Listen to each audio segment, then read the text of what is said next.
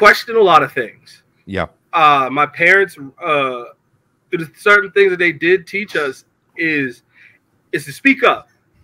If you don't, if in your heart, if it doesn't feel like something that you understand, speak up. Ask questions. It doesn't make you an idiot to ask questions. If anything, you're going to learn something. You might not have to always agree with people, but it's always good to hear other people's story, because music has been a blessing for me to be able to travel the world and be around many of cultures. And the cool thing about culture is like everybody's the same. It's just we got different characters in just different locations, but pretty much we're all essentially trying to figure out this thing called life. And we're in this weird information era where like we're all relearning shit that we're like, wait a second, that wasn't even right. Like that wasn't even like wait, you guys were lying to us the whole time. And to me, I came up in a, like my mom's side of the family, very religious. So I got that whole, you know, the religion aspect. And then like my dad's side of the family, like they're like not really religious. They all kind of got into it late in life, but I've just been around a lot of like the, like, you know what I'm saying, the traditional idea of life. And then Pittsburgh is very just traditional as well. So it's like the idea of what life is a low ceiling. And for me, I have too many fucking questions. Like I have just too many questions, and I'm married to a woman who's all into spirituality. Oh, that's a blessing right there. Like, that's sick. My life has been like flipped upside down in a positive way with my wife, because dude, Ryan, she would be in here like straight, y'all all being here on that synchronicity of just spirituality stuff, and like I'm still getting to it late, but for me it's really a great thing to see somebody else, not one person, but like your dad is kind of like this guy named Ray Stanford.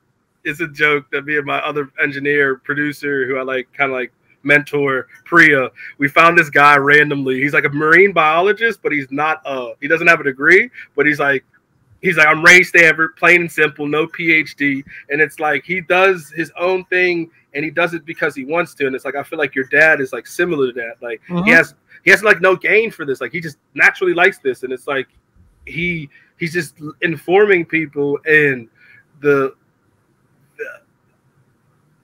persuasion of falsity put on people's heads, that is like, I can see how your dad that scares people. But if you're really looking at spirituality and science, it's on the same stick, just like this joint. It's like, here's God, here's fucking like science. And we're like, if we're talking about the spirit, that's atoms, like, you know what I'm saying? And I do. Hey, quick with that. Quick question.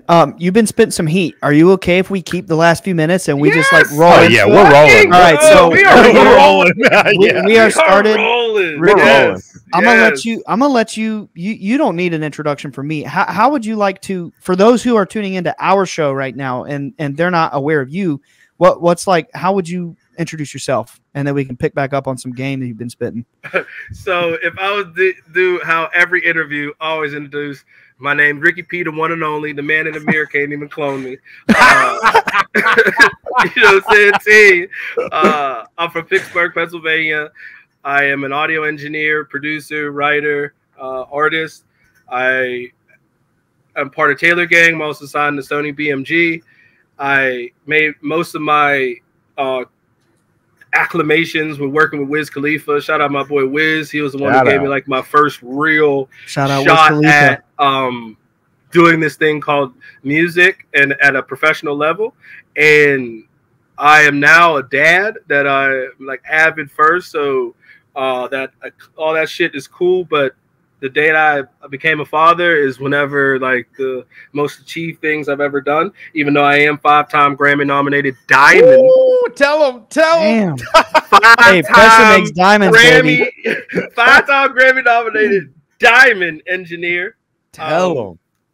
And through the graces of God, spirituality, of whatever you want to call it, because I'm not you know, I don't chastise anybody, but through the greatness of the higher power, I'm here. And through the beauty of music, I'm able to be here in the Bledsoe Said So, being that I met through a similar friend of ours, Tom. Shout out Tom Barber. Shout out Tom Barber, my guy. And we are now here about to talk all this shit because most people just think it's just Ricky P, smoke pot. Like, no, I'm actually super into what you guys are doing. Shout out Bledsoe Said So for having me. Man. You're the man, Ricky. I'm just geeked up right now. Yeah, I feel like I'm like, wait, am I supposed to act like Ricky P right now? No, you be yourself, man. You be yourself. I have a question. Yes. So as far as you mentioned that you grew up with like a religious, like kind of, background and that kind of stuff, that's something that Ryan and I can both relate to for sure. Do you feel like that started to change or evolve or whatever you would call it after you started traveling the world, or was that more when you also mentioned your wife? Was it more when you met your wife? No, I'd say from childhood to like teenage years, I always kind of question a lot of things, especially with like religion and just because, all right, so I'm a firm believer in you need faith in something. If not, you're going to be blinded and you're going to live a very aimless life. No purpose. And I just grew up around like those really religious folks, like the people that are in church, like not just going to church, they're part of the church and whatever like positions that they fucking hold and shit. And I just grew up around a lot of judgmental people. And we come from humble beginnings, you know what I'm saying? Most of my family lives either at poverty line or like, you know what I'm saying, below. So it's like we're seeing these people with so much like hope and all this stuff, and it's just like, man, we're all living in this and there's like nothing really going on.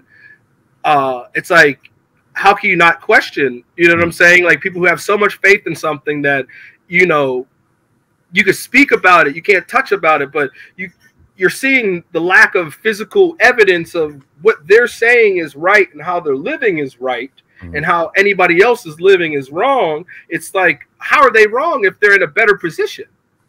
Yeah, I can relate to that for sure.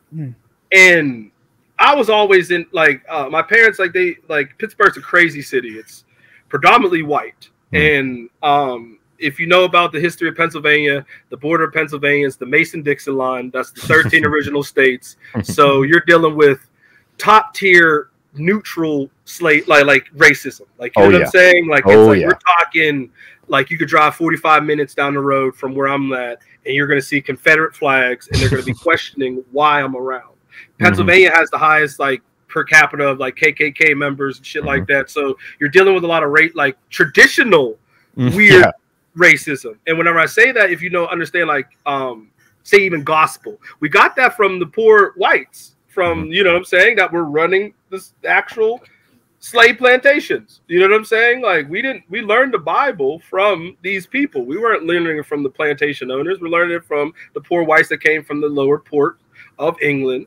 And so with that like religious and like that traditional, I just never understood how people can live in this quote unquote higher of faith, but yet very judgmental, very like living negative. Yeah. And the whole premise of most major religions, and Christianity is the primary in in America, but especially in Pennsylvania, Pittsburgh, stuff like that. And it's it's all about like love thy neighbor and like we're all created equal and all. But it doesn't show in real life. Exactly. So it's like it's a contradiction. In Pittsburgh, that's how a lot of the redlining was, and like where the areas were. So it's like my parents like grew up in an all black area for like until about like 5 or 6, and then our parents like kind of put their little money together. This is whenever like 95, whenever credit was just not even a full thing everywhere, because credit didn't come around until 1994, wasn't a full thing until 1996. My parents put us in an area where it went from all black to all white. And so I got introduced to a lot of different things, a lot of different, cultures that I was quote unquote, triggered and kind of like scared of, because my parents family, they grew up in segregation. like white, black, like, you know what I'm saying? Like where you can't go certain places. Like my dad, like my mom, like they literally had, you know, places where they couldn't go because they're black. So it's like when we came out to here, it's like, man, oh shit, like these are kind of the people that we're told like to kind of be weary of. You got to walk a certain way so you're not in like intimidating and shit. But it's like not, and at certain times. But being that we came out to that area, I was introduced to so many like different types of music, and whenever I got introduced to that stuff, it was like, you know, I started getting into like how I said, I found, I know it's not in the clip, but I'm at my parents' house. We found my original drum set and bass, but I was playing football, and my friend Buddy, his dad was in a cover rock band. They used to play like a whole bunch of Leonard Skinner, a whole bunch of just like Fleetwood Mac and stuff like that. And the bass player would always just like miss the fucking sessions, and he taught me how to play Sweet Home Alabama. From then on, I started going down this wormhole of other music and getting into like other bands like Seven Dust and Korn, and like, you know, the whole new metal wave was coming around that time. So I got into this shit, and like, dude, by the time I was like 14, I had like almost like a half sleeve. My family was like calling me like the devil, a like heathen. Bro, like legit, like I'll never forget. Like they all came over and like did this like prayer meeting, like intervention where they're hitting me with anointment oil and shit, and like prayer. Bro, we're from the South. We know what you're talking about. Like, I'm over here kind of getting emotional, and like they're throwing oil at you, so it's like oil and water, and it's just like it's just sliding. And then traumatic. That's traumatic. It you know, it really is. It is. It's actually traumatic. I started questioning things. I'm like, man, so how is it like that you're trying to tell me I'm living wrong, but like you're over here just straight judging me, and you know my body, like you're my family, like you know where my heart's at and how I was like all this shit, but yet just because I'm listening to a certain type of music and I put some ink on my skin, now all of a sudden you're scared. Like it's like, oh my God, he's showing all the signs of like devil work, and it's like, no, that's like, how is that so? So I kind of lived like an early portion of my life, like into like, you know, very religious, and like, you know, even until I met my wife, I was like, you know, just like, you know what I'm saying? God this, God that. And it's like, I'm still believing a higher power, you know. Does it look like the picture that they tell us? I don't think so. Right. But I believe that's where the information era we're in now, where it's like, man, we can actually hear and see other people's testimonies or like their experiences and their viewpoints at like HD now. So how can I be a person who considers themselves trying to learn a lot, like cutting that off? So it's like where I'm at now, I'm like, man, I'm open to a lot of things, because just because my wife doesn't believe in God, that doesn't mean she's a bad person or that she's like a fucking sinner. You know what I'm saying? But that if you come from a religious household, that's what it is. If you don't believe in God, you're done. You're going to hell. Yeah, you're going to hell. You're already there. You're already there. Yeah, you're already there. You're like, yeah. Like I couldn't have been around the witch trials time. They're like, oh, he's a witch. He's got tats. Burn him.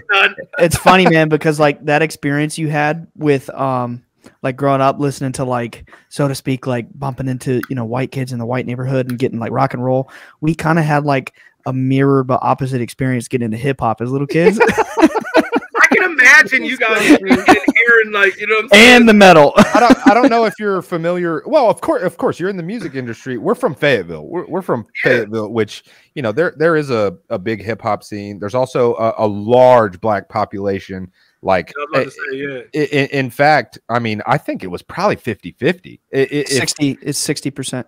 Yeah, that honestly makes sense. And so, that was, I think the equal and opposite exchange is the perfect way to describe it. You know, I grew up on like classic rock and got into metal at a young age and all that stuff. But as soon as it was like middle school and high school, oh, bro, middle school changed my whole fucking life. I'm not even gonna lie, because it was all funk, all like, you know, Michael Jackson soul. Same, bro. And it was like my dad really only listened to certain hip hop, like kind of like New York stuff, and my mom was really just like a soul funk, old school, like Ohio Players, Commodores, Roger and Zapp, you know what I'm saying? Type like, so when I got to middle school, like my older cousins started getting into like UGK, 3-6 Mafia. Yeah. And so like the dark rap, which is very like, you know, similar to a lot of like metal. Yeah. The same chord progressions. I was going to ask you. Dark, like, you know, imagery of it. So it's like, it was kind of like weird because like right as I started getting introduced to like the down south, like kind of like, you know, what we would consider now trap music. Right. Like Atlanta type stuff. Yeah, I was getting introduced to classic rock, also to like kind of like the mainstream rock of like, you know, like the Chevelles and all that shit, to literally, like I said, I got deep dove right into nu metal because Limp Bizkit was like one of my favorites because like they meshed like both sides. I love Limp Bizkit, bro. Like, you know what I'm saying? So like their new album's good too. Oh, bro, Fred Durst, I love that guy. Yes. Yeah, it's interesting. I find me and Ryan talk about that all the time, how there are glaringly obvious like similarities between metal music and hip hop music. Yeah, especially like you're saying, like the more trap side of hip hop music. If you look at the scales, the chord progressions, same shit. The tempos, and the rhythms, bro. Yeah, the same thing, and the emotions. For sure. The same thing. Like how you said, it's like the mirror thing. It doesn't like, it's just, you're just switching characters. It's still the same plot. It's just like, it's like the movie Scream and Scary Movie. And it's still the same thing, but they turn out differently, but it's still the same thing when you like put it in the pot. Yeah. So that's whenever it was like, you know, for me, that's when you start getting into stuff. And then it's like, I started getting even heavier, like from like I said, that new like metal era. So it's like Limp Bizkit, Korn. Then I started getting to like Seven Dust. And cause like, dude, you're seeing a black guy. Yeah. Like, dude, what? Like, cause you know, they're already looking at me crazy. Like, fuck? You know, why are you listening to Pantera? You know, they're kind of racist. It's like, dude, I was watching ECW. Come on, bro. Like when you're sitting there talking about walk, like, come on. Walk. Oh my God. He's playing with a rebel flag guitar. It's just like, But it's like, once again, if you're talking about history, those were the same white motherfuckers with us. Exactly. They just got a little money, but they lived the same way. Exactly. Like they lived the same way. Yeah. Y'all got a job on the thing, but y'all were still just as poor as us. Yep. Come from the same place. It's like if you still think about the history, if you think about all that stuff, the shit is still like we're still the same area. It's just, you know, one's cooking the chicken thigh, the other one's cooking the chicken breast. It's still the fucking chicken. You know what I'm saying? Yeah, that's facts. I wanted to, since you talked about like your fascination growing up into metal, and you know, we can get more into the Wiz stuff and your professional background producing, but what I really want to talk about now and show some love is your post-hardcore band. Yes. Shout out my boy Baby E. We got our band Father Forever. It's actually, ironically, it's the name of the first band that I was like serious in. That we were literally just post-hardcore. We just got out of being like a kind of like all of us were in kind of like punk rock bands, kind of like situations. Oh, nice. And I just heard about it because I was in 8th grade. I was in like this stupid ass fucking cover band that we won like the middle school, like the 8th grade, like nice. talent show. Let's go. And that prompted like these two other dudes, Evan Venturella and my boy Josh Clue, to like, they were kind of getting into like Thursdays and like kind of like, you know, that kind of like hardcore. And like, so I was like, what is this? And we started like this. Yeah, because like I mean, Thursday's still technically hardcore. Oh, listen to that Full Collapse album. That is straight hardcore. That's real melodic hardcore. Like you know what I'm saying? Because like they started getting out of like there's just straight screaming without like just no care. Because like their screamings were just offsetting. So that's where I feel like the post-hardcore started like growing at that time. But like the band that we started, we were all like, that was like our first series we started, which ironically I went and seen the Chelsea Grin show. We were performing there at Mr. Smalls, and like we're like, oh, we can do this. But then that's when metalcore hit, and it was like, bro, all of us just went to like this all metal bands, and that's whenever I just started going even crazy. So that first band that was like the original kind of like wave, that's was like that name. It's just, it embodies the mood of the music I make whenever I do make that stuff. And that's my first sound, because like I was in bands throughout middle school and high school. I was just playing football, and like I came from a black family. None of them understood what the fuck I was doing. For sure. And the weird synchronicity of it all, it's like, you know, I'm seeing Tom there. We're playing shows there. Like the homie that I was in a band that was like my last metalcore band. He was there at the show, and it was kind of like one of those crazy things. And it was like, that was Tuesday, and then Friday, my dad had a retirement party, and like my granddad's last two siblings are my Aunt Betty and Aunt Virginia, 91 and 90, and they came to my last metalcore show, and they all talk about it to this day. They will never let it go. Like, my real name's Mackenzie, so they're like, Maxie, you never had time. We went down there and seen your band. And it's like, yes, I remember when I had my old awnings in there, and there's this mosh pit of just a whole bunch of people just screaming face, and they just had their, like, these paper towels in their ears, and they're just like, just going along with it. I'm just like, bro, this is the wildest shit in the world. I heard the Pittsburgh accent come out a little bit when you did that. If I call them right now, Maxie, what are you doing? Do they say yins? Oh, yins, what are you up there doing? Like, hey, what are yins doing? Yins, hey, Maxie, yins going back to the house. Yins going to the giant eagle. Hey, giant eagle. The giant eagle. It's eagle. It's eagle. like, it's eagle. It's for like, sure. It's just imagine just taking sawdust and just putting it into somebody's voice box. That is a Pittsburgh accent. Like, it's just it's a pungent cheese. It's a pungent cheese. It's not a good accent. I will have to say it's up there. It's an entertaining accent. For sure. Because you're just like, you understand this? Yeah, exactly. Like, it's like almost like it's like a northern boomhauer. All right, like, we don't say sour; it's sour. It's like, kind of like southern. It is. It's like a northern southern. It's like boomhauer. Like I said, the Mason-Dixon line. That's the north and south. So we got a lot of those people that were coming up here, kind of just settling in, and just, you know, it's a really good place. So it's like, you know, you get a whole bunch of people who don't leave Pittsburgh, and like it's just it's a pungent cheese. And like when I get around here, it just comes back up. Like, it'll never leave. But yeah, my post-hardcore band, Fall of Forever. Our next, you said Fall. Is it Fall to Fall? Forever? No, Fall of Forever. Fall of Forever. Okay, everybody that's listening on Instagram at Fall of Forever. Yes, follow us. Shout out my boy Baby E. He was in some screamo bands too back in the day, but he went to the urban world. He's started writing for people for like Wayne, Juicy J. Yeah, he was signed to Young Money for a bit for management. Yeah, man. He's super talented, bro. Juicy J's with Taylor Gang too, right? Yeah. Yep. Shout out Juice. He was Will, my manager, co-owner of Taylor Gang. He is a power play guy, always putting a lot of people in the right position. But hell yeah. Our band, it was kind of like one of those things. It's just, I've done everything in the urban world that, to be honest with you, that I put up on the like goal list, I guess, besides winning a Grammy. I mean, platinum.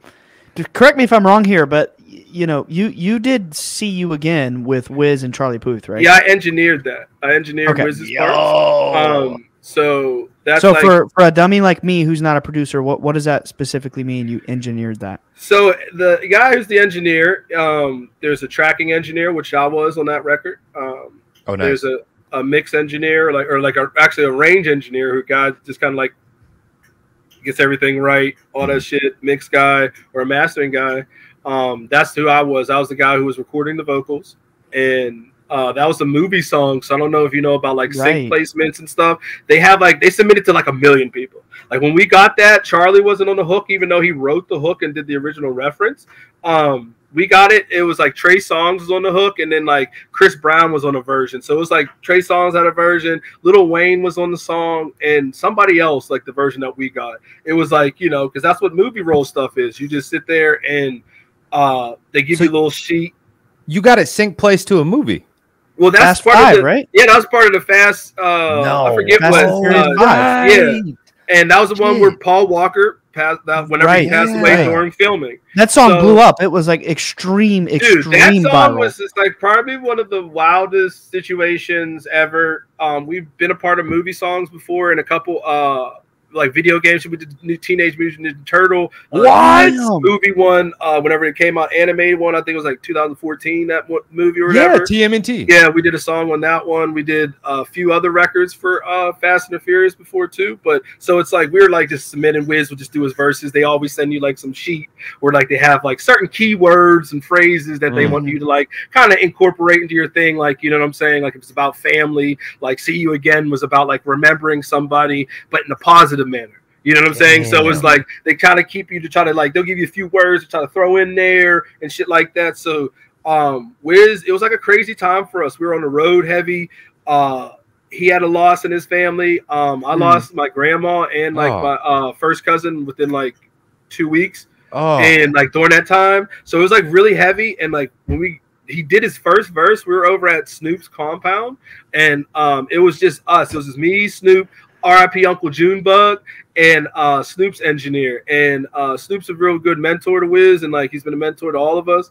And it was just one of those days he wasn't feeling it, and like Will was wanting to get the verse done, and like he mustered it up, wrote the shit down on a piece of paper. Wow. We did it, and we submitted it, and like we just kept it moving. And then all of a sudden they were like, "Yo, we want you to do another verse," which is like very rare for a movie to just ask an artist to do another verse. Shout out to Wiz, like he knew the assignment, you know. He could pull it out. And so when they did that time they took everybody else off, and then they put Charlie back on, and he submitted his second verse, and then they invited us to the movie Premiere. little production. No. Oh, okay. To the production place, because they got our vocals, the session, all that stuff, and then, you know, these guys be mixing in that Dolby fucking Pro Tools shit where it's like looks like a crazy. theater.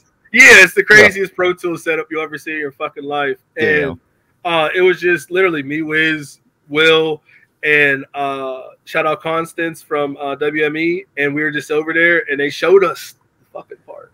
Damn, the end of the movie. That's so sick. And like it was like with the car when they were going separate ways. They were like tweaking the vocals, because like they had them redo some shit like for like so it can match like what they were trying to do, and like they brought us in to like play it for us, because like they respected Wiz's, I guess, like you know, A-OK on his voice and how everything like, you know what I'm saying, was going. And bro, they played us the scene. Shit, you know, everybody in that bitch was crying. Like, we just looked at each other like, dude, this is crazy. And then the song just went up and broke records, and it changed all of our lives, man. Definitely for sure changed mine, and the trajectory of like a kid from Pittsburgh who's a college dropout, didn't go to audio engineering school. Went out to California with like $200 in my name, and like, you know, couch surfed it. I slept on a broken futon couch at Wiz's studio house, and then figured it out, bro. And so it was like, to me, it was like something like, you could do this, bro. Like that's inspiring. That's fucking possible. Like, because I didn't have the easy route. I actually had the ugliest route, I feel like, which I'll never want any other way, you know what I'm saying? Because like it wasn't in my cards, but it was like, it's a testament to everybody. Like, you might not be number one, and it's okay. You might not be in that top tier, because we're talking about like the pros, and we're talking about the big leagues of music. Not everybody could get there. We're talking about people who are all, you know, all in, and to be able to reach those like heights and stuff from, like I said, from somebody from Pittsburgh. Nobody comes and sees us, like, you know. So it was like one of those things. It was like, damn, bro, we could fucking do this. And it's like I said, it's changed everybody's life. That's amazing, man. I said this as a joke earlier. I'm not sure if this made it in the recording, but I said pressure makes diamonds. It does. But diamond engineer, bro, had the ugliest route, worked your way up. Man, I got recording engineer. You could do it. I'm a diamond engineer. I'm a diamond multi-platinum fucking producer, writer. You know, my first hip hop show was the Up and Smoke tour, the legendary fucking hip hop show that like toured like Dr. Dre, Exhibit, fucking Eminem and shit like that, Snoop Dogg, and like, you know, on Rolling Papers 2, I wrote I co-wrote Snoop Dogg's verse. What? Wow. So it's like when we talk about synchronicity, like, dude, to all the young homies, you could do this shit. It's like wild. The shit that you see as a kid, like in your head, your imagination from whenever you're a theta level thinker, like it can actually fucking happen. It's just, I like that you said that, theta level thinker. Yes, because, unfortunately, we only get to about 7 due to indoctrination, because by that point, you're about in 2nd grade. You have a whole bunch of outside opinion telling you what the fucking world is. Literally. By a whole bunch of people who don't even know what the world is. Because your life is only made up by people who don't know shit. Like my parent, like my life was like, as a child, like we think about it, like your life is only made up by people that are no smarter than you. I'll clarify, like, that are no smarter than you.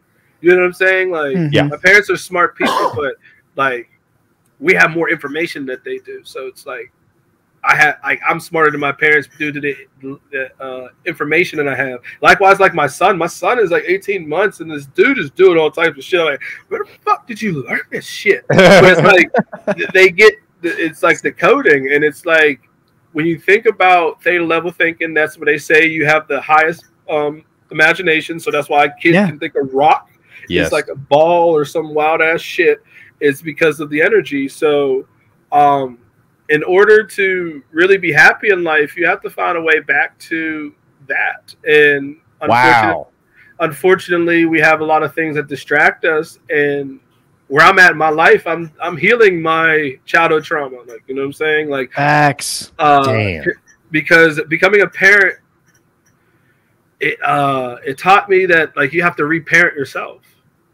There's a lot of things that we as adults, we perpetuate due to, like, we perpetuate these actions, these feelings, these things, because from our theta level thinking, we are missing something. Like there's some type of trauma that we're missing something, that we're going to always keep going, because that was the time whenever, like, you know what I'm saying? There wasn't a ceiling. It was whenever people started coming down on our worlds, telling us what is this and what is what. Then it's like, wait a second, like, is this how I feel, or is this not how I feel? So, yeah, bro, it's like a wild thing where I'm at least, and I feel like that's why I was able to meet people like you, to enter this energy into my life, like people like Tom, because if you're not trying to heal yourself, you're only going to keep. That's why we have a whole bunch of narcissists. We have a lot of disassociated parents, like that, like, you know.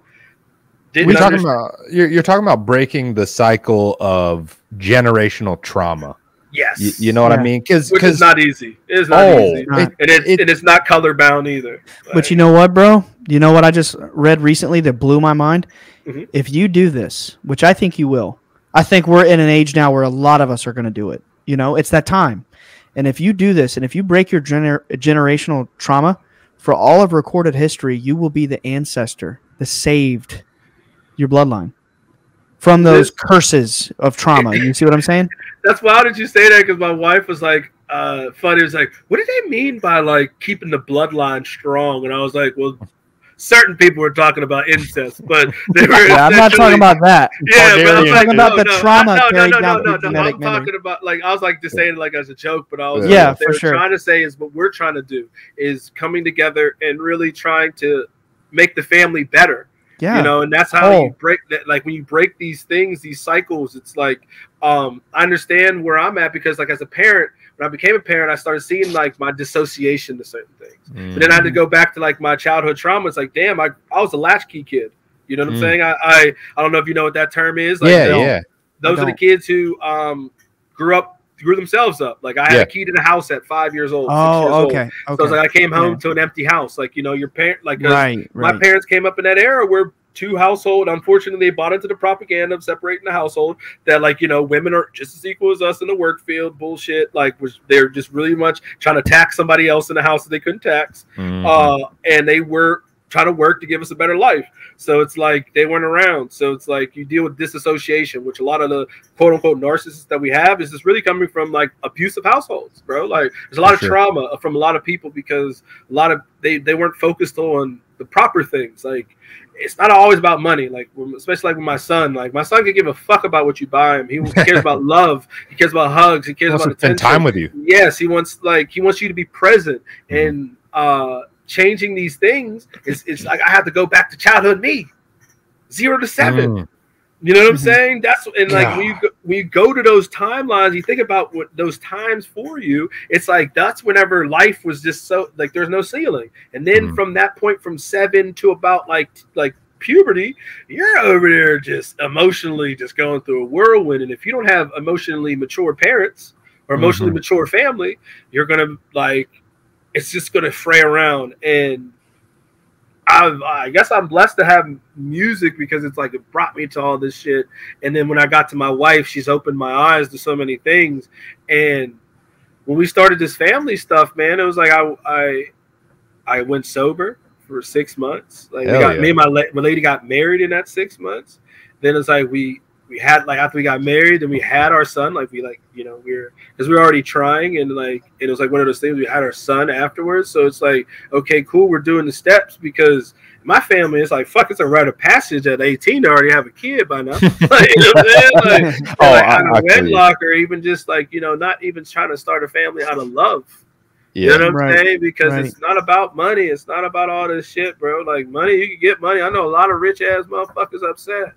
Like, for sure. It's because like that's not the real wealth, you know. It's not. Generational wealth is you want to know what the new like I feel is also generational wealth is actually emotionally mature parents. Absolutely. Absolutely. If you are an emotionally mature parent, you're going to give your kid the real building block to go anywhere in life. Doesn't matter what the fuck they want to do. They're going to have the real confidence. They're going to have the real motivation to make mistakes and understand there's not consequences to mistakes. It's like you have to make mistakes. You have to learn from them. And like, you know what I'm saying? Obviously, I'm not talking about actual making real bad decisions, but I'm just saying in general, it's like if you could teach a kid how to be able to regulate their emotion, to be there, be present, then they won't have to have this anxiety and all this extra shit because most of your anxiety comes from the fact that childhood you feels like you weren't protected.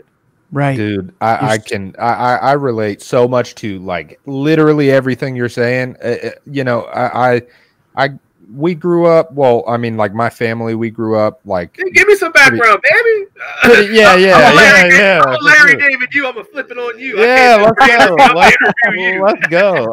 I love to talk about my past. I really do because I feel like obviously everybody's on their journey, right? But I feel somewhat resolved with the things that happened in my childhood. But you know, we grew up like low middle class as well, like very you know, it was tight. It was all tight. Yes, and you might eat leftovers for 3 days, 4 days in a row. Oh, absolutely. Yeah, for sure. And you know, Dad wasn't home a ton because he was just always trying to work. You know, I have 2 siblings.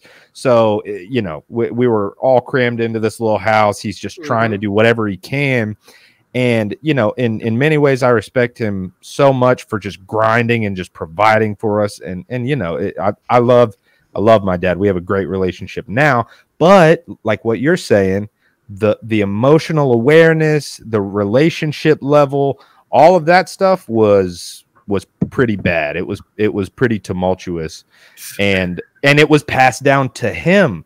You know, I come from a very like hard, tough Greek family. My dad was a command sergeant major for 30 years. Went to Afghanistan. Wow. The hyper masculinity in my household, I couldn't sit there and think about crying. No, I understand where it's like, oh, man. Yeah, and even and Ryan grew up with a lot of that too. You know, it's like I don't mean to laugh. I have to laugh it out because you gotta laugh about it. Whoa, it's okay. Like, you gotta laugh about it. We laugh about it on this show. Yes, you gotta laugh about it because it's so hard. You know, like it was. I always never told my son. I could never make him feel that way, bro. Like to just. What? You're breaking the curse. You're breaking, and you know that's why.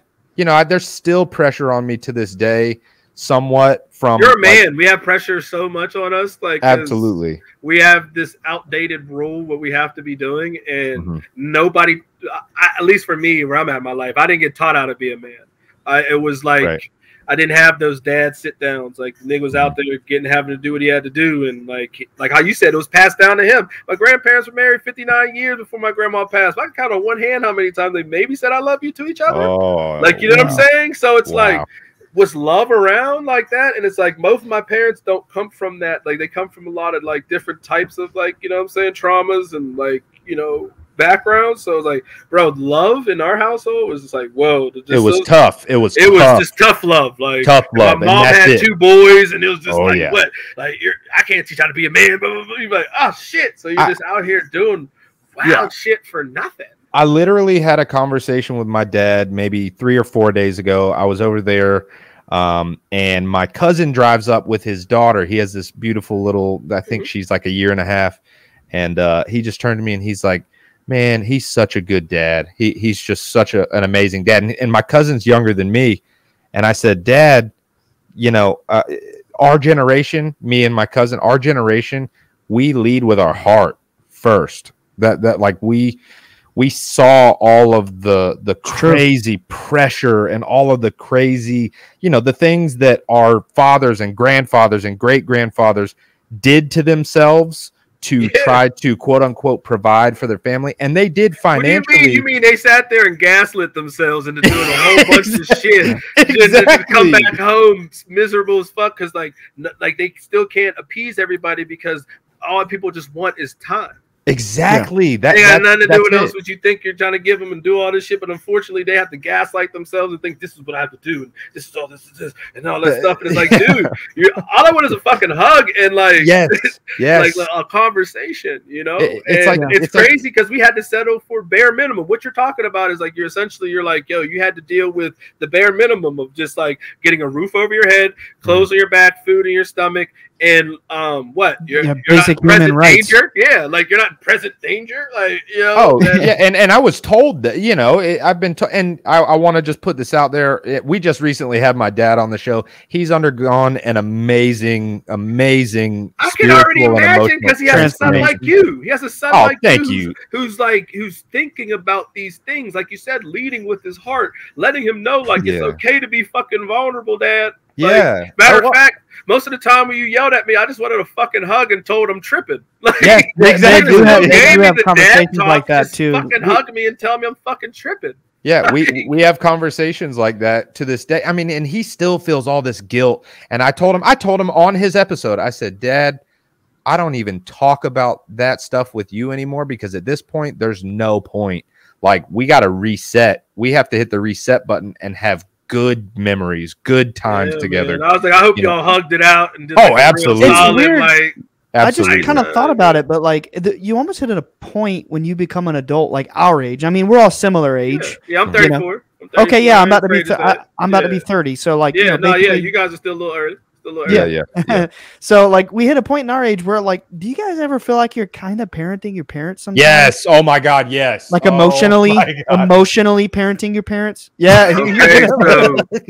Emotionally now, of course, is you know what I mean. I don't mean like I'm providing. For sure. I challenge my parents, and it's been through my parenting because how I parent my son is a lead by my wife. Shout out my wife, Brooklyn. I love her to life. Shout out. She is a great mother. She sounds wonderful the way you speak about her. Yeah. Bro. You know whenever it's your wife.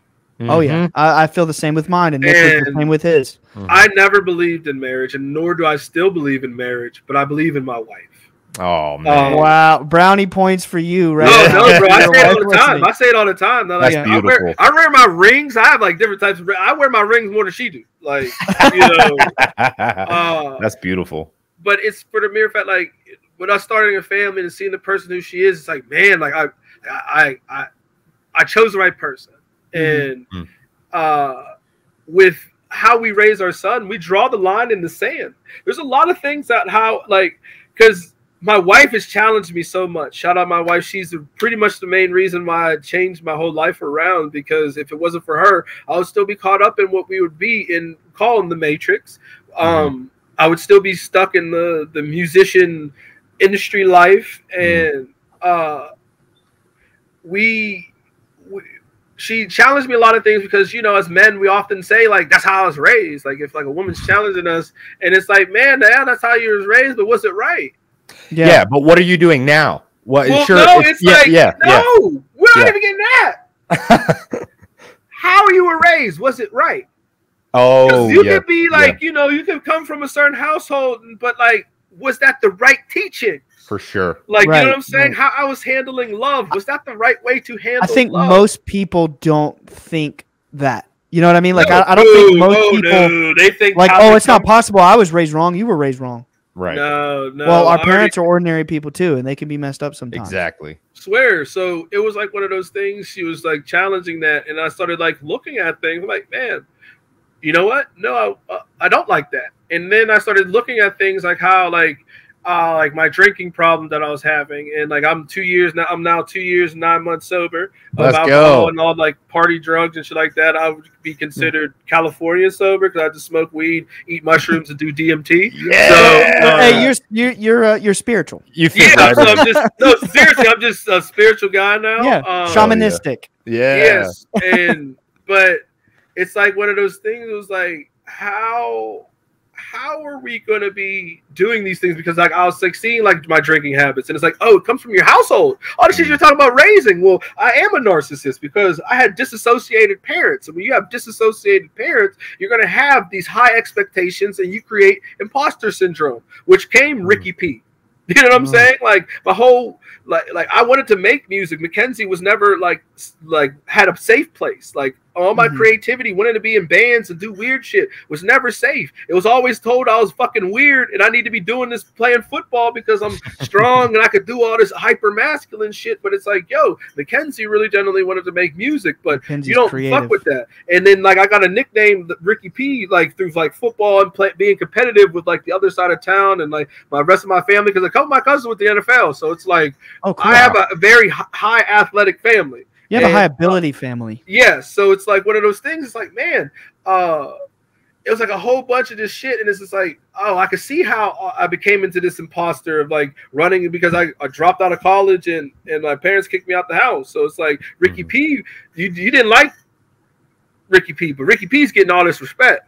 He's out here making these moves. Mackenzie can't do this shit because Mackenzie, for real, just want to go up in his room and play his bass guitar or play his drums and shit on this weird shit that you call him weird. Want to be making metal, but you don't like that. So I have to go over here and do this Ricky P shit.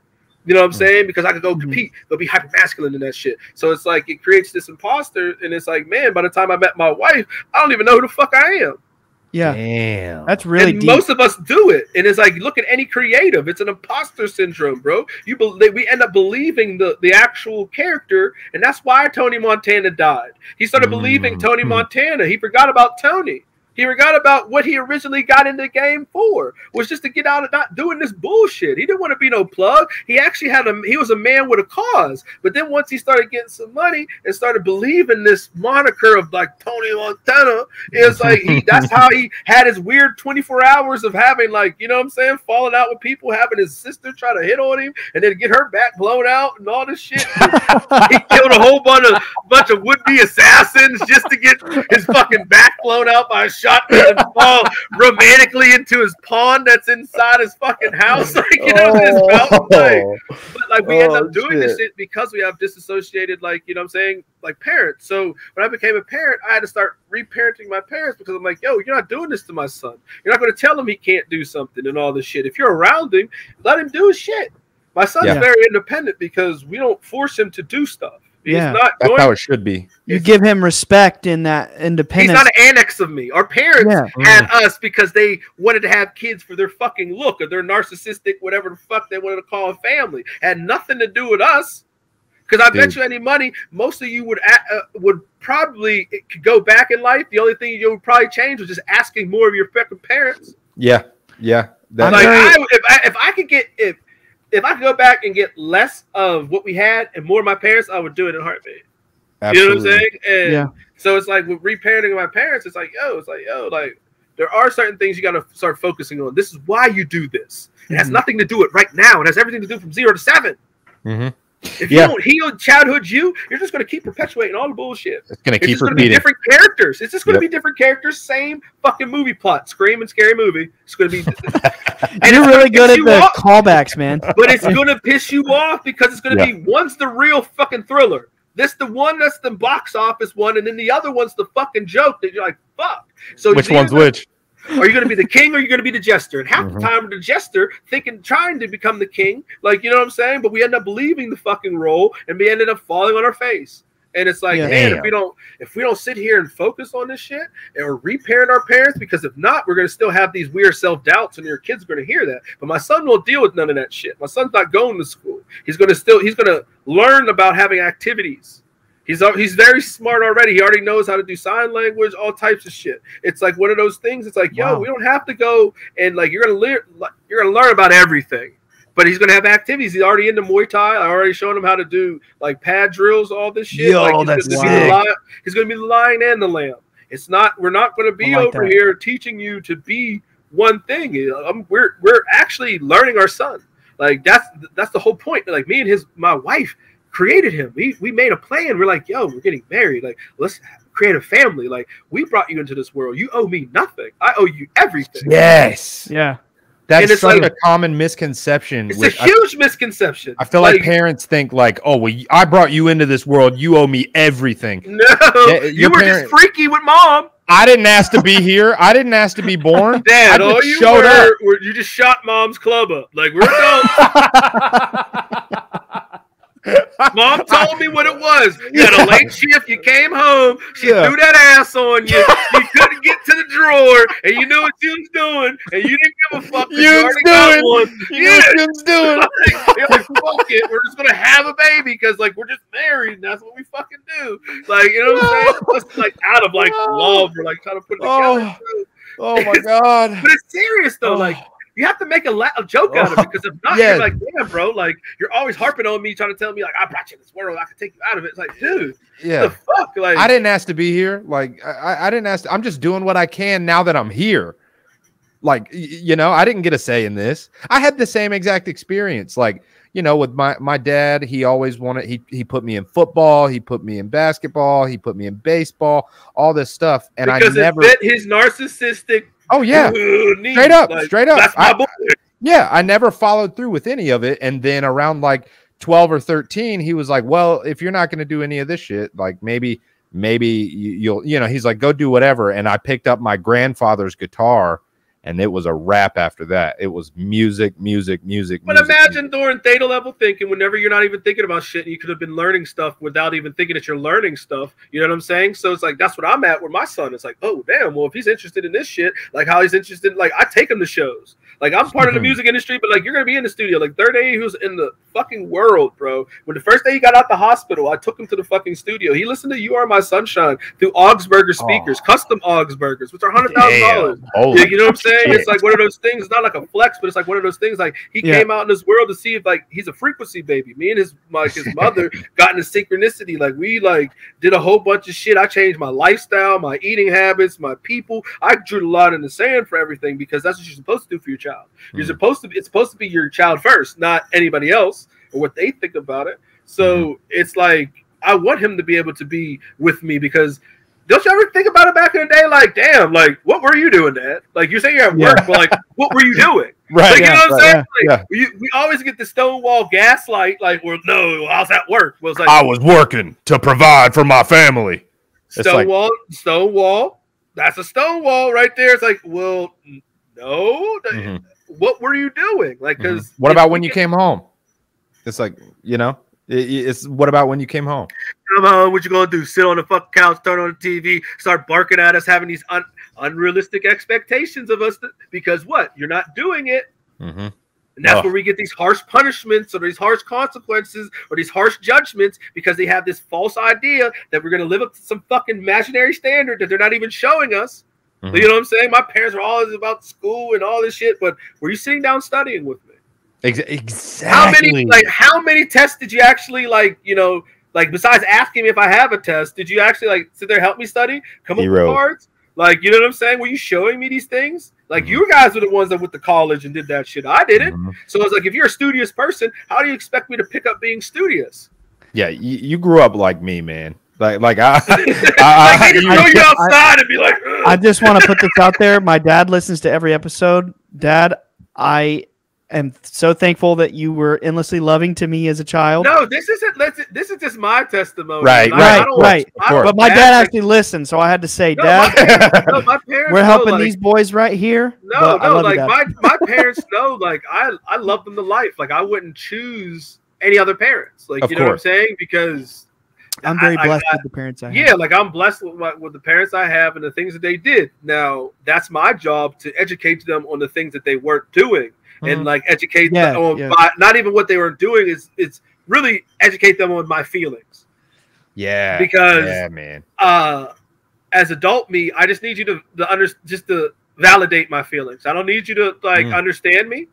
You just need to let me have these things Accept out me. here. Yeah, because it's okay that like it's not questioning or criticizing your parenting. I'm just over here trying to help you out so you can have a better relationship with my son. I still get trouble for the liking the metal thing. I mean, Nick will tell you, like, I still catch pretty heavy. Because, I mean, dude, like, not only do we live in the South, which is the Bible Belt. Yeah, but then I know. You know, like, if we're talking about, like, Christianity as being gangs, I grew up in the hardest gang, dude. I grew up in Pentecostal Christianity. Oh, yeah, which you is guys like, are different. Yeah, they're different, man. They're always strapping with Bible verses, bro. And, like, dude. Scripture. Yeah, so like me, Scripture. like so imagine this, Ricky, and we've sent you some of our Twice Born music. By the way, this I love that shit. I want to collab. This is the guitarist and other vocals. I know. This is the guy. Research. Well, how do you think I find Toms and all these motherfuckers? I do my research. Also, they go crazy. So you like Twice Born? That's a good. He said, sign? I picked up my grandfather. Yeah, you picked up his guitar, and then all of a sudden it's like it just shot up into like like the like intergalactic shit for space. I've been sending Ricky all of our tracks, man. Oh, dude, thanks. You guys are going off, and also producer to producer, I also do all the engineering on it as well. Listen, and for Follow Forever, I am the band, okay? Like, I legit make the whole track on my laptop, on the same laptop that we on. Yeah. And come up with this shit and engineer it, mix it. I love it, though. Like, I love it, too, man. I love engineering. I love being part of the music making thing. Yeah, like, it's wonderful. We are frequency magicians, bro. That's what you I was are. just going to say, You're it's magic. Yes, we It's legit magic. we don't even touch none of the shit. We touch the tools, but we don't even touch the frequency. Yeah, And you're then like we come harnessing up the with power. Yes, and we put it together, and then we go put it to somebody else, and it makes them feel something. And you know what they do? They put some vocals on it, and then all of a sudden they add another frequency to that, and then we mold that shit, and then we hand it off to somebody. Then they just start feeling it, and then they started passing it to their friends, and then all of a sudden it's a whole room of everybody feeling the same thing without touching nothing. Oh, that's so cool. That's so sick. It's a wild thing, like. It feels like magic. No, it is. Don't feel it is. Yeah, that's like it feels like the wet was not nigga. You know what puss feel like. You know what that wet feel like. I know, Dad, you're hearing it, and Jesus, you know what I'm saying. But if it's up to me, I would believe Jesus is actually a woman. You know what I'm saying? Yo, God, dude. But yeah, dog, like it seems like we're all from like a similar background, just different characters. Yeah, for sure. For sure. Different flavor. Plot. It's just it's the same movie plot for real. It's just, like I said, screaming scary movie. I like that, man. You know what's funny, man? I just made my wife watch all of the Wayans brothers scary movies. Well, I guess they didn't make the third one, but just recently watched them, dude. They're funnier now than they were back when we were kids. Because you know why? Everybody's so sensitive now. And like the stuff that they were doing back then, you can never do now. Oh yeah. No way. So it's like if you have if you're a person like you who has a broad mind, a broad like acceptance, it's stuff like that is okay. Where now it's like people watch that like, oh my God, you even like that? And it's like, bro, you all are so uptight. Like it's just like it's not even that fucking serious. Like we're all propaganda fucking like consumers anyway, bro. Like the fuck. But no, that's good. You should put your lady on to that shit. My lady don't know none of those like older movies. She's 27, so she's like, fossil. So we talk about this all the time in passing, but I'm dead serious, man. When you coming out to North Carolina? ASAP, actually, probably because like, for real. Yeah, like we're me and my wife are nomads. I love LA for work, but when it comes to family and like where my wife's at, and like my son's at. Like my son's like a nature boy, bro. Loves to be out in his diaper, running around in the grass, out in his bare feet and shit like that. It's like, you know, we're just right now roaming around, being around family and shit. Like we were down in Florida and we drove up here to Pittsburgh. Oh shit! Oh, well, for next time's sake, if you're driving from Florida to Pittsburgh and you have time, and it's not like you gotta rush, it might be here. No, it might be like next week or so because we might go on. Like we did a road trip. Like we're like, you know, we're about to probably do another one. Bro. Like, you know, when you think about like having a kid, bro. Like remember like road trips? With your family. And it's like the best. We have like our XL bully, like he's a big ass fucking 200-pound like pit bull, and it's like, you know, we're all lugged up in like, you know what I'm saying, SUV, just driving around getting snacks. Like we stopped, like, you know, we took our time getting here, and it's just my lady's from Canada too, so it's like whenever she came to America, she really just came out to LA, was just got deep dove into LA, and I'm like, then she like this last summer got to see like Pittsburgh, really loved Pittsburgh, but like, you know, ain't nothing like driving through America, bro. I got the tour. I got the tour for so many years, so it's like for me, I love being on the road, no matter what, and just seeing all the just different types of life, bro. And it's like nothing like doing it with your family. So it's like my wife is so interested in this stuff, and especially after meeting Tom, and Tom speaks so highly of you guys. You know what I'm saying? Really? I'm happy to hear that. And I love Tom. And so it's like my wife is like that. Like you guys literally speak all this shit. Like I'm gonna seem like a fucking idiot compared to like her and all that shit. You guys are gonna be like talking. I'm like, writing shit down over here like. Oh yeah, totally. Yeah, for sure. Yeah. Yeah. Oh, fuck, I didn't even know that. So like, are you like, you real talk? You like might be in the area next week? No, yeah, like legit, like. Well, because Fayetteville is literally like I-95 point. Well, yeah, and I-95 runs through it, so it would not be out of your way. No, it's not. Like South Carolina is funny. That place is like weird and backwood. But oh, it is. I can't stand South Carolina if I'm being honest. Don't drive through there at nighttime. I don't like South Carolina. Oh yeah, black. It'll get sketchy. Yeah, but no, I definitely like, bro. Seriously, realistically, it might be next week. You might get a call because I think we're gonna take our time driving through. Like maybe go even like. All the way down back to Florida or something. Well, Tom's on tour right now, so here's the deal. If you are in the area next week, that's perfect because Tom and I live in Wilmington, which is 2 hours away from Fayetteville, but you're passing through Fayetteville, which is where not only Nick lives, but my dad and my whole family lives. So if you pass through Fayetteville, that'll be great, man, because I'll take you out there. We'll chill with the Bledsoe family. Oh, no, if I'm going to do it. We're going to skywalk. I got to do it. We're going to skywalk. You know what I'm saying? Like, that's like, he doesn't like, we're not going to like You're not gonna just give me like the like. No. I'm saying if you're in the area, like I need the Baconator, the triple stack. Like, you know what I'm saying? Like, Ricky, if you're in the area, Muse, my brother Junior, who you haven't met yet, he's actually your age. He's turning 34 this month, actually. He has a 3-year-old who's actually turning 3 in a couple days, so it's a little older than Muse. So the little boys can play around and be buddies. Right. Oh no, my son is a brute. He has older cousin. Oh no, that's fine. He'll be able to play. Like, he's got a 12-year-old brother. Perfect. And we're gonna do some sky watching, bro. And we're gonna see some shit. You're gonna see some shit. You're gonna see some shit for sure. Yeah. Now, by the time this airs, it'll be like June, so we'll find out, you know, if it all worked out. We'll have to do a follow-up. We might have to push this one. No, we could do another one. Dude, we could do another one. I like I said, I'm excited. I'm thankful to be here. Happy to be here. So, you know, we're happy to have you, bro. This has been anytime we got more talks and shit like that, bro. I'm all with it.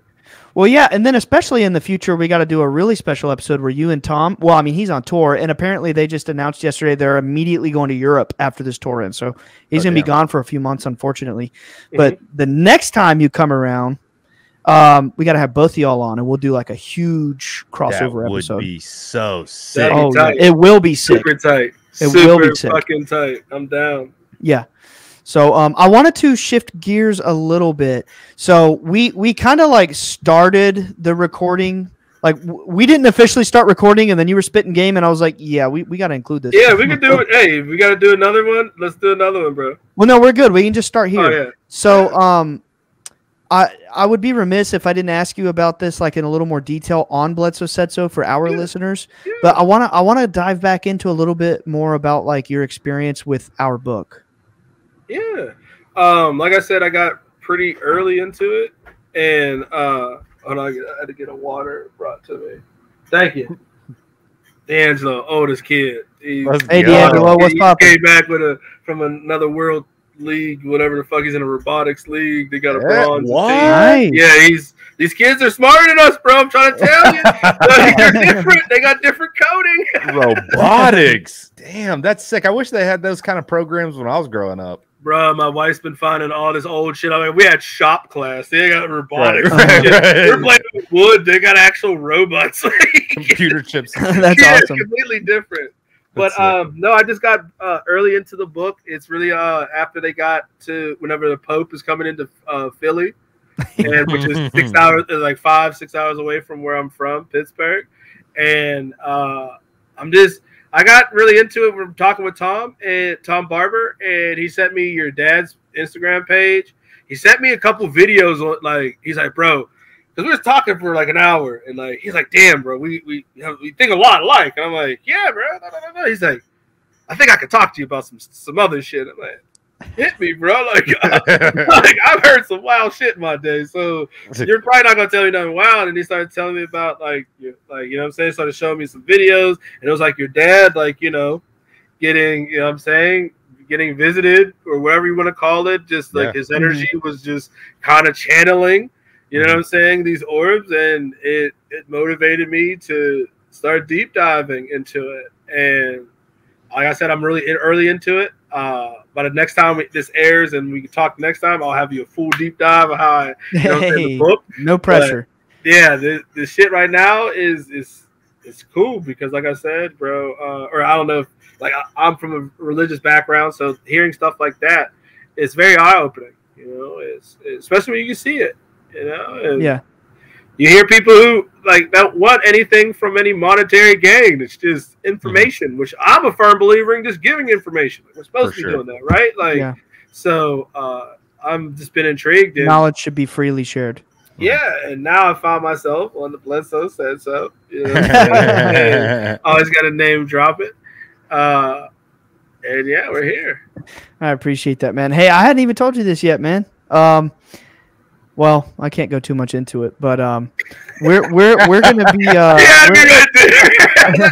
Hey, listen. You come out next week, and I'll put you on to some. You can talk some pretty mind blowing shit. Yeah. Not everybody can, handle a lot of the certain conversations. That's where I had to sign some NDAs, but we're going to be appearing on the History Channel this I guess it's August. Which we can hit a round of applause.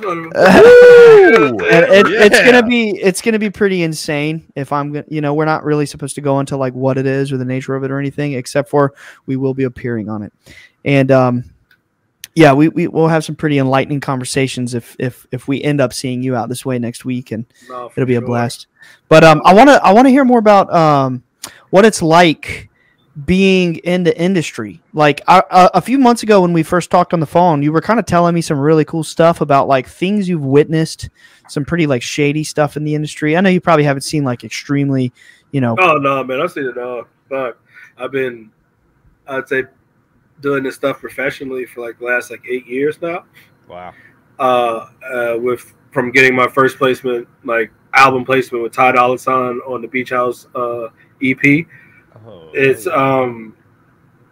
you see the manipulation of creatives done every day, because it's a three-headed horse. It's legal, corporate, and creatives, and legal represents corporate. So it's like you're dealing with people who are hyper vigilant in like the knowledge, but not any knowledge in actually how to create it. And the creators are just creating art, in which art is perspective based. So artists start out poor as fuck. Like producers, any artist, any part of like the creators, they start out poor as hell, and then they got to do all the investment and all the equipment. And then it's like, you get to these places where you start getting these job opportunities or these placement opportunities. And then it's like, yeah, you could get a placement with somebody. They could drop the song, but are you getting paid now? No, you don't understand about net 30. Nobody teaches you about that shit. You know what I'm saying? You don't know that they get 3 months to just like acknowledge they got your invoice. That's just to give you like, yeah, I got it. Like that's not even like, oh yeah, we got to send the processing or it's like, yeah, we got it, cool. Like, you know what I'm They saying? just pick you around. Yeah, you can literally wait up to a year to get paid for something, and you Wow. gotta live. And it's like, and you created it. yes, if it wasn't for me, this wouldn't happen. Like, so predatory. Nobody is selling instrumental, like literally like acapella fucking albums. Nobody's doing that. Nobody's selling acapella albums. Like the fuck. So, and then it's like, as an engineer, we don't often get points or get part of, like, you know, publishing, and like the engineer is the reason why the fuck these artists sound like they sound.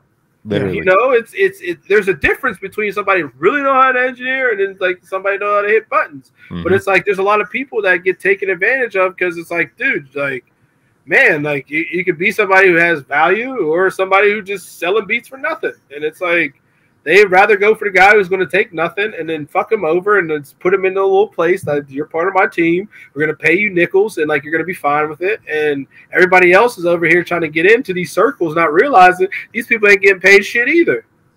That is tragic. That's. But really, I mean, it's like, at least in the urban world, in the pop world, it's like it's very stale. It's like these guys, like, shit, you can't even name the last artist who's had a sound since like maybe like 2018. Like that was like the last a unique sound. Yeah, but that isn't like a put together right now. You know what I'm saying? Like an actual fresh sound. And it's like when we're talking about now in a weird day of streaming, where you're seeing it in everything from fucking movies. That's why movies suck. Nobody's going to the fucking theater. Nobody's buying DVDs.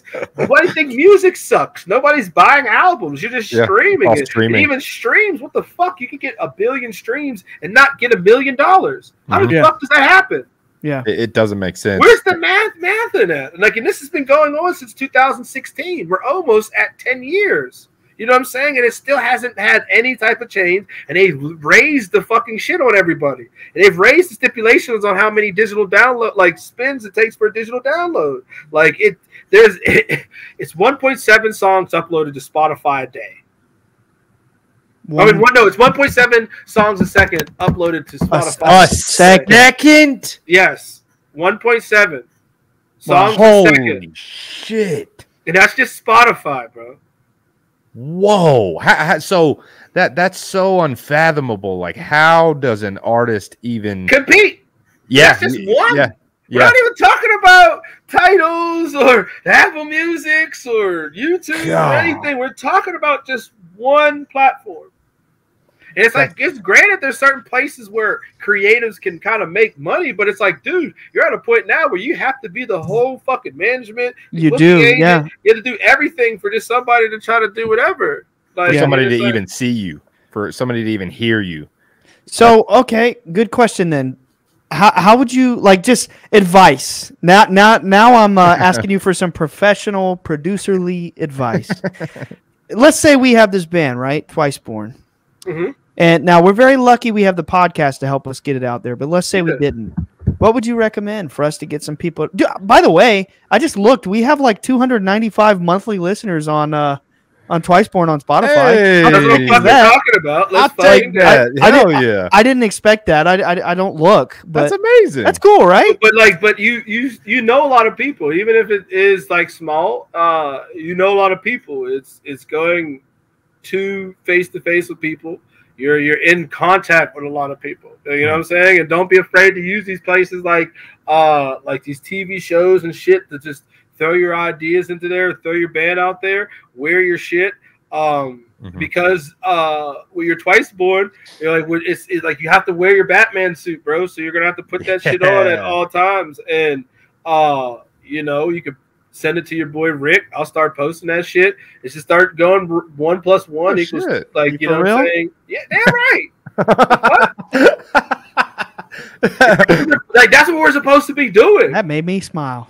Like, that's what we're supposed to be doing. But unfortunately, in the industry right now, it's like a selfish, like me, cutthroat. Yeah, me. Everybody look at me. Yeah. You know, I'm seeing it like and it doesn't matter what genre you're in, you're gonna deal with like kind of like similar things. It's just really just, you know, finding the people who just fuck with you, like in life. Like, you know a lot of people who like you, right? You know what I'm saying? Like, you just start just like visually, just like, hey man, playing this, playing that, just keep it going. You have this, like I said, you could just keep this rule one. You know, some people in the game.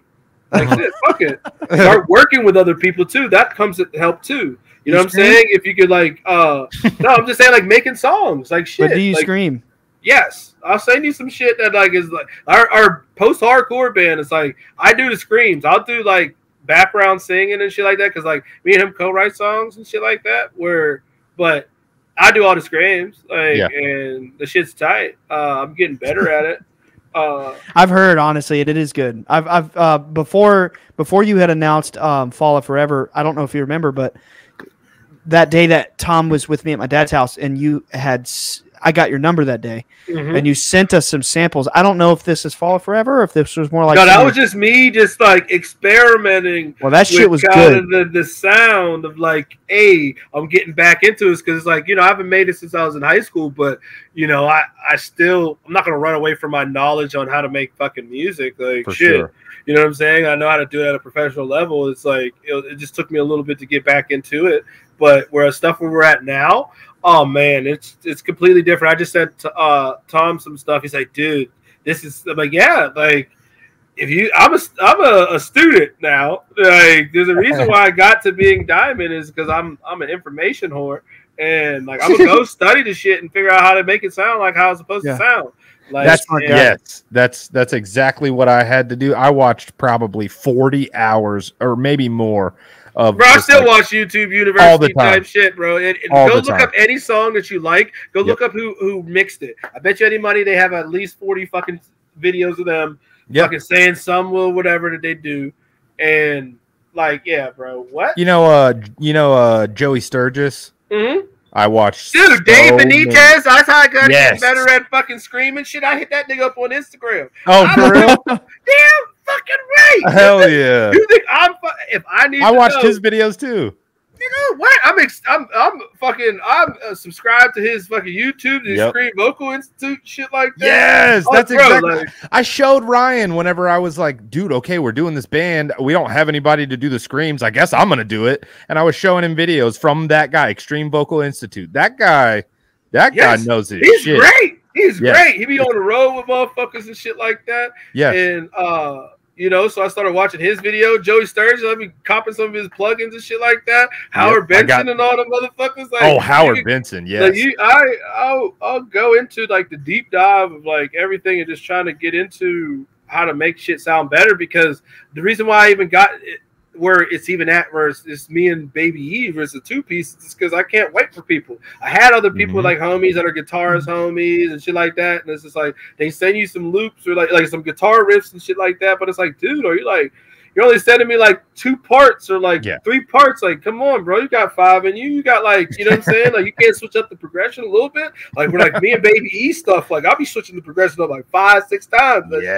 Like, you know what I'm saying? Because like, yo, and rap, you just come up with that main chord progression, little lead, put some drums on it, track that bitch out. That's it. Like, where this is like, I'm going into full detail and shit, could get intricate with the shit. So it's like, but I'm not gonna wait on anybody. Like, and like when I was in like that post-hardcore band, I was doing background screams anyway too. So like, so with the Fall of Forever stuff, where do I find it?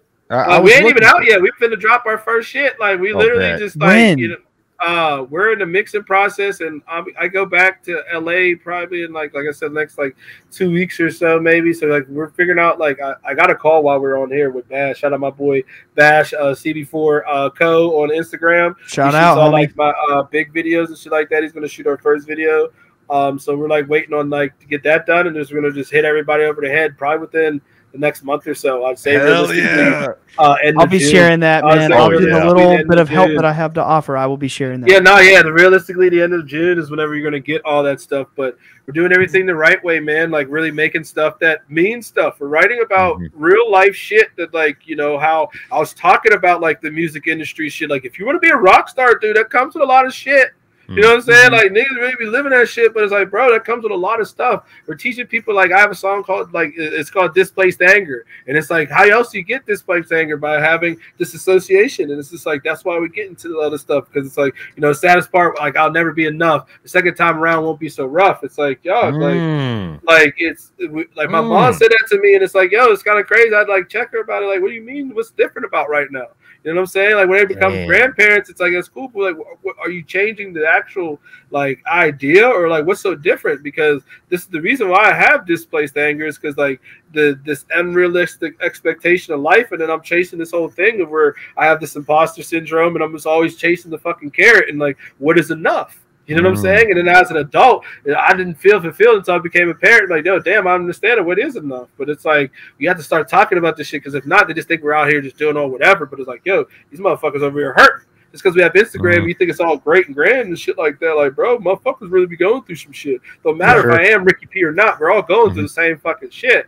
But you want to hear about all the bullshit? Like, no, I'm not going to lead you astray.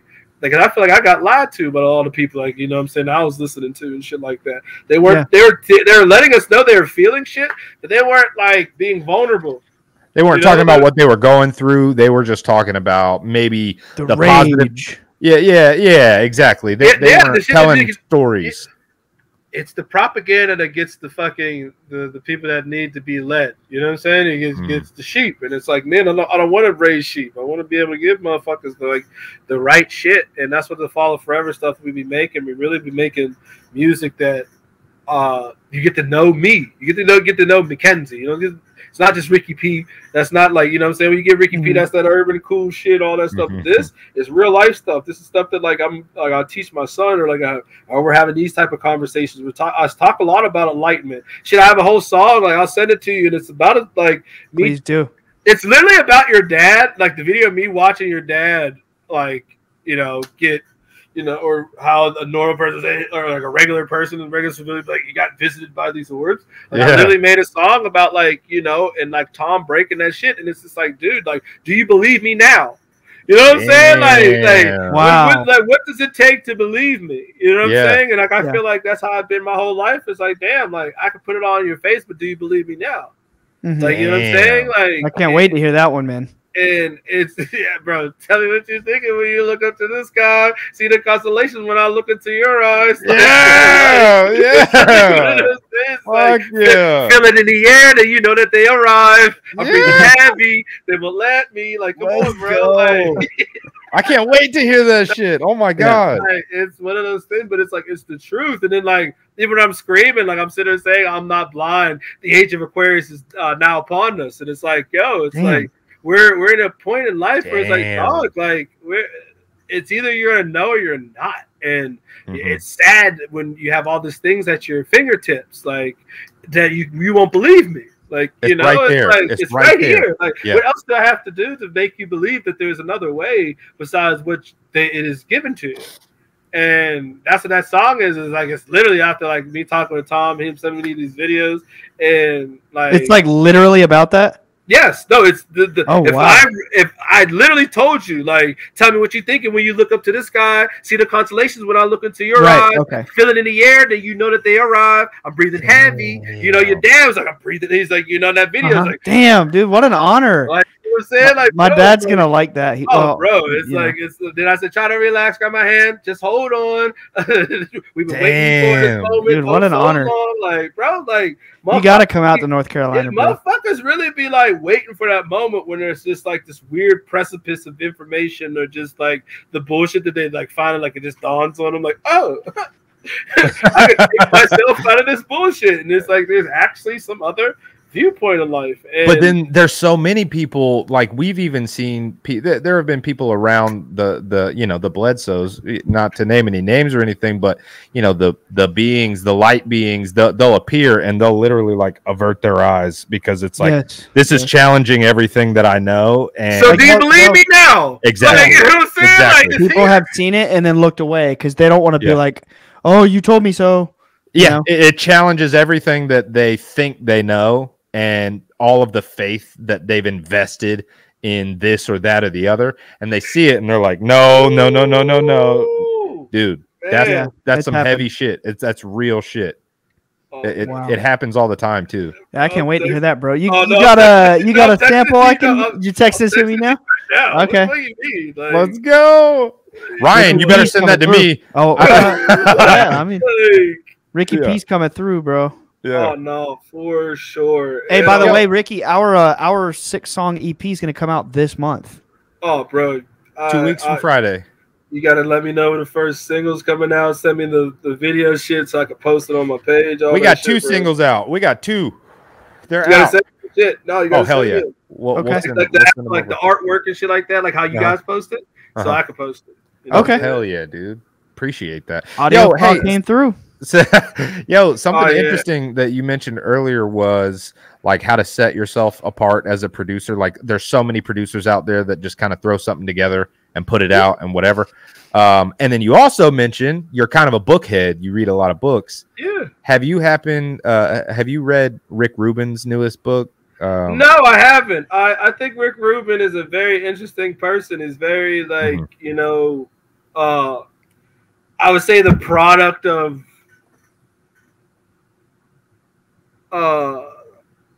the early ages of like fuck it that like went around. Like his thinking was so pivotal that it like where like he does like where people don't even understand like how he thinks is how we think now. Yes, he's so ahead of his time. He was so great and ahead of his time because like nobody was thinking like at all outside of the box. This asshole's like, maybe we just like, maybe just try some shit, and it's like everybody was so like on like the gun with stuff. Where it's like Rick Rubin's like an interesting person because I'll be like, yo, like to be honest with you, I feel like he go to LA, like his vibe is like the standard, like you know what I'm saying? It is like, now, yeah. And the way he describes music is kind of how we have been talking about it. He believes it's a psychic, like magical medium, and you either got it or you don't. Oh, for sure, for sure. But the way that you channel it is kind of by like opening your mind and being spiritual and thinking beyond the limits of what you think you know and shit like that. You know, he just like, you know, I heard this story about whenever he was working with Jay-Z and, you know, they were making 99 Problems. Yeah, and he just suggested the intro. Yes, well that, and then they were like stuck at a certain point. They didn't really know where to go with the mix. And he was like, let's all just go outside real quick and let's just change the scenery. Let's kind of get a vibe going. And then they came back in and he saged the room. And he's like, all right, let's see if anything comes to us. And then it was like, boom, boom, boom, boom, boom, boom. Like and it turned real industrial. That song is like, I that's the epitome of like New York. Like, yes. Like when you hear the mix of that just feels like you just walked outside busy Manhattan, just go get her. Like, you know what I'm saying? I'm ready to tackle the world type shit. And it's funny. Shit like that is necessary because it's like, it's true. Like, bro, we're speaking on actual real events or like real emotions, whether they are directed for a specific thing. Because like how I said, like music's crazy. You can write about anything. I wrote about a song that ain't got nothing to do with me besides me getting some information and my homie sending me some shit. And then I'm sitting there just speaking on behalf of this motherfucker. Because if I'm telling you the story, this shit I'm gonna be telling like this nigga over here breathing heavy as fuck, bro. Like nigga over here feeling the shit. Like it ain't just like I'm seeing the shit, some weird or whatever. Like no, he's like his mind, his body, everything. He's in the place of where he wants to be. He's present right now. Something that we don't do. You know what I'm saying? And it's like, man, like, so it's like with music, it's all about like your vibe and how you feel because my music is literally my journal. Like I speak about stuff that I feel when I have conversations due to the fact that I'm reparenting myself. Like my hypermasculinity comes across a little bit too much. I'm very hypermasculine, in which I don't apologize for it. You know what I'm saying? Like I've been learning how to try to turn it down, but I understand what it does now because it's just childhood me trying to establish healthy boundaries whenever I already know that I'm going to just get taken advantage of because the normal person me, I'm very welcoming. But like, yeah, bro, this stuff with music, it's like you have to get into like how Rick Rubin said, you have to get into this whole shit, bro. Because if not, it's going to come out sounding like shit. It's going to sound like you're just over here trying to force some shit. Like how my wife said, it sounded like you were forcing it. You know what I'm saying? If it sounds like I'm forcing it, bro, like I don't want to do it. Like and like with my post-hardcore music, it's not like me forcing it. It's like me just sitting over here talking about my life You know what I'm saying? Really deep dive and without having to be face value, because unfortunately there's too much music out here that's just like, dude, that's not how they really living, bro. Yeah. Like, this person, like, he could be living cool, but like I know he's hurting on some other shit. Like, you know what I'm saying? There's some real life going, or you know, you could divulge some shit to me, or at least where I'm at, like if I'm listening to some new music, teach me some shit. You know what I'm saying? Yeah, like, I feel like that's what separates like the true great works of art from like the the popular pretty good stuff or whatever. Like a real true great work of art is somebody like bearing their soul, like showing the deepest parts of themselves and like telling those stories through their music. That's the real shit. You know, and that's the stuff that like I want my son, like, because my son loves my music. It's crazy. No matter if I'm like in some rap shit or anything like that, he's like my biggest fan. But I want him to be able to listen to my music when he grow up, and then he goes back and like he hears it. He's gonna be hearing like, damn, my dad's really like trying to better himself as a human. He's making stuff that like, so whenever he knows like, oh, my dad was making this music. Oh, okay, cool. He wasn't just over here talking about hoes and stupid shit, like, you know what I'm saying, just hanging out with his buddies, dicking around. Like, no, this guy was over here really trying to like change his life. Soul out. Yeah, no, he's really trying to change his life because he wants to be emotionally mature. You know what I'm saying? Like, I just want to be an emotionally mature person because I feel like that's the best wealth I could give my son. You know what I'm saying? Because money ain't going to be able to give him the full things he needs in life. But emotionally fucking like mature parents, that's where he's going to be able to flourish. And like, I want more kids. So like, in order to have like a tribe, you really have to be working on yourself and being balanced.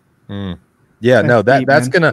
I know we often trail off, but like, it's just everything has its own synchronicity, and it's just like, bro, it's like, dog, you just start from that theta level thinking, that's period, and work out. And it's just like we're fucking magicians, we're fucking frequency magicians. So it's like with me, as I go back, it's just only breeds to this new genre of music that I'm into. It's not new. It's new to the world because everybody looks at it. Just like how Tom, like, dude, how the fuck did you find me? Or like this shit? Or like, and it's like, dude, like, it's just this stuff pays the bills. This was the stuff that was like kind of like, you know, my opportunity, and I ran with it. Where now I'm at a point in my life where I'm just creative. I'm trying to, you know, try new things and talk about new things because like people need to hear this shit. Like my homies need to hear this shit, bro. Like niggas is out here without smoking weed, getting like, you know what I'm saying? Like, bro, this shit, like, the books y'all niggas is reading, like, I ain't seen no white motherfucker that came back resurrected like a bunny, okay? But there's motherfuckers out here to see this shit, all right? Like, like, what? Like, I can't be crazy because it's happening multiple times, and then other motherfuckers that be around these motherfuckers, and even like how the book was even like with the whatever, like that point before that Pope shit. There's some people that were there and those seeing the shit, like how you said it was like this. Oh shit, oh shit, what turn the a blind eye. Yeah, they don't turn a blind eye. The motherfuckers is like, what the fuck is that? What the fuck is that? Wait till you get to. Have you gotten to chapter 5 yet? Nah, bro. All right, wait till I got to whatever. Like literally, they're freaking out, and they had like it's like the 90th hour before the Pope pulls up. I think that's the first chapter, but it's a pretty. Listen. I don't give a fuck. Yeah, you can be at the first chapter, 5th chapter. Like, you motherfuckers is on some different. Just even the first chapter, like, damn, bro, these niggas is like. It's profound, bro. It's profound. Like, all right, you guys got a nigga that had the like real. Like, I like to say I'm connected, but you know, niggas called a nigga that knew about the Pope's whole like rundown. Y'all knew some people who knew like what the Pope was doing when he came in town. Like that's not random. Like, you know what I'm saying? That's not common knowledge that you just know. I mean, that's what happens when you know Euro doing NASA. Yeah, I mean the government's been kind of peeking in our home life since, you know, all those years ago. Wait till you read chapter 5 and 6, and wait till you read chapter 14. Okay. That's what it's all about. Okay. He's leaving me on a cliffhanger. Hey, listen, I got a lot of time, and I'll be trying to force feed my mind with information versus just being on this internet. It's like hard because we have to be on the internet. You know what I'm saying? Like how you're talking about promoting and like, dude, the fucking artist got to do content, this, that. Like, when I was coming up, bro, all we had to do was make music. That was it. We're like, I'm not like an old dude and don't change with the times, but I'm definitely still like, dog, fuck.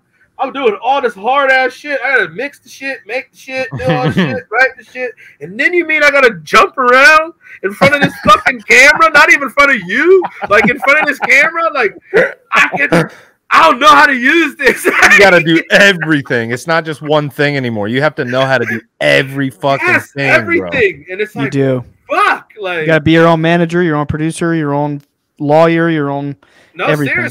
Your own promoter. Seriously. But like, it's cool because we're now, I feel like our society is like, there's half of us are like really trying to just unite on like how you said, leading with our hearts. Like we're trying to like unite in a different way. We're not trying to just put our ideas together because the mind will lie to you. Your heart won't. That's facts. I'm finding a quote for you. And it's like, that shit is just like, you know, and it's like, we're banding together. Think about how we're even just like our synchronicity, bro. We all came together on just some whole just spiritual shit. I ain't got nothing to do with just like some direct shit. We're just in here just and the shit just started like, you know what I'm saying? It's really weird. That's how life works. Magic. It's weird. It's weird. I don't even call it weird anymore. It's like that's what it is. Like, you ready for this, Ricky? Yes, this is a quote from my dad's book. Mm-hmm. She stood up from the massive throne and hovered over the carved-out floor beneath it, never touching the ground. Just 40 feet away and 20 feet above me, she spoke a parable that took a long time for me to process. When the red star of Regulus aligns just before dawn in the gaze of the Sphinx, a new knowledge shall come into the world. I was not sure what that meant. I have come to understand that around Easter of 2026, there will be the end of an old way and the beginning of a new. Yes, that's the information in the knot. Like, because unfortunately, there's a lot of my friends that don't understand the hell I'm talking about. They don't understand about self-awareness. And not just like self-awareness is just not being like aware of your problems, bro. Like, no, like, are you present? Like, are you here? Like right now? Like, where are you at? Like, are you still caught up in all this stuff? Like, you know, and you can't lie to us anymore. Like, it's not conspiracies no more, bro. Like, it's just, you just can't lie to us no more. It's at a point where there's too many people that can talk to each other. Like, you know what I'm saying? Like, I don't think a lot of our governments or like the people of power understood what technology did for communication. Oh yeah, it gave us the tools. I'm gonna give you a little spoiler. Essentially, one of the main reasons why NASA, the CIA, just the Department of Defense in general has been so fascinated by my family and has kept such a close watch on us is because in 2012, my dad had an experience with this female entity that told him basically when this star alignment happens, which is what I just read to you, we're going to enter the age of Aquarius and we're going to enter a new knowledge and it's going to be a world of peace. And basically there's some bad motherfuckers that are running the world. Believe me now. Yeah. I'm screaming. Yeah. I'm screaming at him like, wake up. It's the age of fucking Aquarius, you fucking assholes. Like, are you going to be fucking slow and just stay back and just like keep getting lied to? Or are you actually just going to like open your mind? I'm not telling you like you have to believe what the fucking the Bledsoe family is trying to tell you because not all information is for everybody, but like at least hear it out. Hear these motherfuckers out. Like, think about it. Yeah. No, not even think. Like, bro, hear them out. Listen. Like, because actually, listen. Actually, not even hear them out. Listen. Because just hearing somebody is just letting somebody ramble. You know what I'm saying? Yeah. It's just rebuttal. I want like listen to them. You can walk away with an agree to disagree. Unfortunately, right now we're in a weird era where we can't agree to disagree. Like we can't learn something and walk away and be like, damn, he taught me some shit. I might not believe or like agree with him, but his standpoint and the evidence that he gave me makes me be like, yo, your fucking stance is valid, bro. It's valid. Now, am I at that side of the table? No, but I can acknowledge your side of the fucking table. And why can't we get to that? Why can't we just sit there and be like, yo, let's hear him out? It's because everybody thinks they're right. I don't. Yeah, exactly. The open-minded people know that it's silly to think you're always right. Bro, I used to be that fucking naive. Same. I used to be that naive until I met my wife. He meets your wife. Then he's like, damn. Am I tapped by the fence? Like, wait a second, how does she? You know what I'm saying? Like, literally, shit, I ain't worried about the federal agents. I got a wife. Okay? She'll find out anything before I can even say it. Okay? Yeah, like that's just the best policy: honesty with your wife. Facts. No, just honesty with yourself. Then true. I mean, that's the best policy. You know, because like I wasn't even being honest with myself with a lot of things, and that comes from my childhood trauma, from my 0 to 7, and it's just now I'm at a point where there's too much information out here for me to not look at it and like open the book. You know what I'm saying? Like, there's too much. I have too much curiosity to not sit there and buy the book. You know what I'm saying? Which, by the way, y'all motherfuckers buy the book. I'm friends with these motherfuckers. Y'all buy the book. And you're going to come out and see some shit. You be in the mother dude's comment section, meat eating, okay? Be at the meat packing factory over there talking to your home. Yeah, bro. Yes, king. All that bullshit. But don't even support your homies, bro. Like, you know what I'm saying? No. Go buy the book, UFO God, by my boy Christopher Bledsoe. Christopher Lentz Bledsoe. You feel me? Go get my boy's book, because you're going to be hearing my music. You're going to hear the influence that it's had on me just from how it's impacted a person who I care about. You know what I'm saying? It's like, man, if he's saying it, he's giving me his testimony and his evidence. And this is a whole bunch of table evidence, man. Come on. Like I said, buy the book, UFO God. Buy the book. Are you talking about Tom, like your friend that's been impacted? You know, I got a direct message from a fan of the podcast a few days ago, and it was somebody like sent me a screenshot. He was at a Chelsea Grin show, and he said, dude, no way. At the end of the show, Tom sat down on stage and said, I want to let you guys off easy. There's not going to be an encore tonight, but I wanted to talk to you about something. We are all manifestations of God as light beings here on earth. We're all. Oh no, he be doing it. Listen, he does it. Love my boy Tom, because he'll sit there and because these are the people that people forget about. The cool thing about metal shows is like, man, those are the motherfuckers that they get kind of forgotten about a little bit. They gotta get slipped through the cracks. They're still human beings. They're around us. They're right there with us, and it's just like, bro. You got to remind some of these people how special they are, bro. Like, that's true, man. And it's just it really changed his life.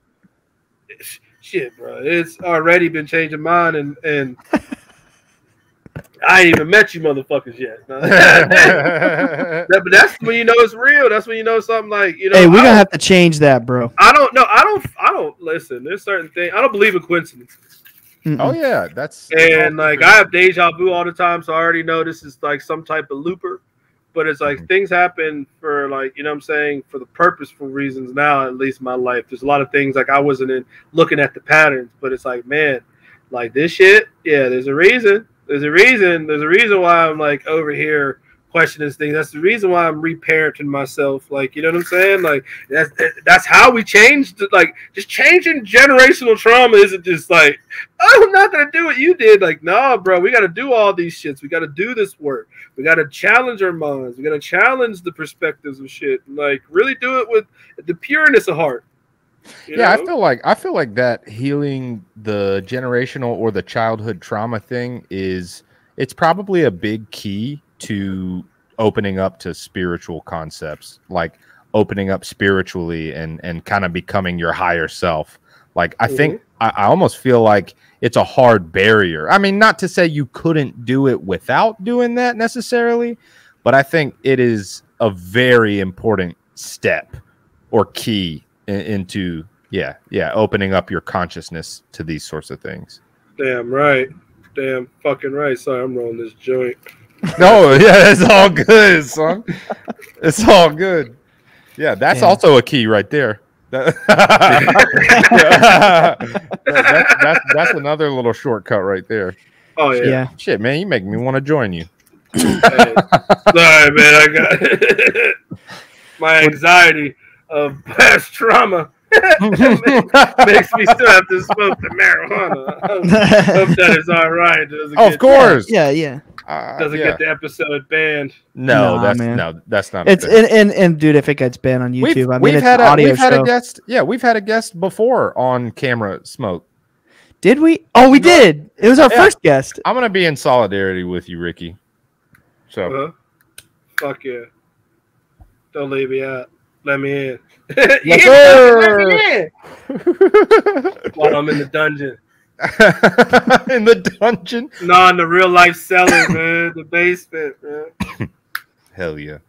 Damn, I've had a good time with you boys. I feel like we've covered a lot of good stuff tonight, but based on our previous conversations, I feel like we got some gas left in you for another future conversation. Damn right, bro. I'm still. Shit, I just lit this up, man. We good. Hell yeah, man! I can't wait to hear that music for real. Yeah, I'm excited for you guys to hear it. I can't wait. I sent you two. I sent you that Believe Me Now. I sent you one another one called Trader. That one is like kind of like our heaviest stuff, but like that one's just like solely me. On that one, like that one's just me. But I'll send you another one, like another few of these joints. These are. Well, look, the EP, our EP is going to be finished this week, so maybe we'll just have to send it over to our buddy Ricky to get his stuff. Hey man, listen, before it comes out. Your opinion, especially that you guys are a 2-piece, like you know what I'm saying? Yeah. Like, well, hey, we're a 3-piece now because my brother's in the band, but he's vocals. Yeah. Oh yeah. Yeah. Remember that song I sent you the other day? The so like you really on drums and you on guitar, your brother on fucking singing. Well, I'm on drums. I do the. Yes, I said my bad. I'm pointing at you. It's reversed. Yeah. Yeah. Okay. I do the guitar, the bass. I'm still doing some of the vocals. I'm gonna do like Jeremy will be doing probably like 70% going forward. And then any kind of like keys or any fancy stuff that goes in there, I do that stuff too. But Jeremy, I leave majority of the singing to Baby E. I love his. I do the Baby E. And then. Yeah, with Ryan's brother Jeremy, we had this inkling like, yo, I bet he's really good at screaming, and turns out he's been like basically practicing for like 15 years with nobody knowing with nobody knowing and no project to dedicate it to. So I was like, yo, come do a feature and we'll just try it out. We'll have fun. And he came in there, bro, and one-taked everything. It was destroyed it. It destroyed it, and I was like, "Hey, I'm stepping down." I was like, "I'm not doing the vocals anymore. He's doing the vocals." So I'm sending you a song. It seems like you could do this, and I could just exactly.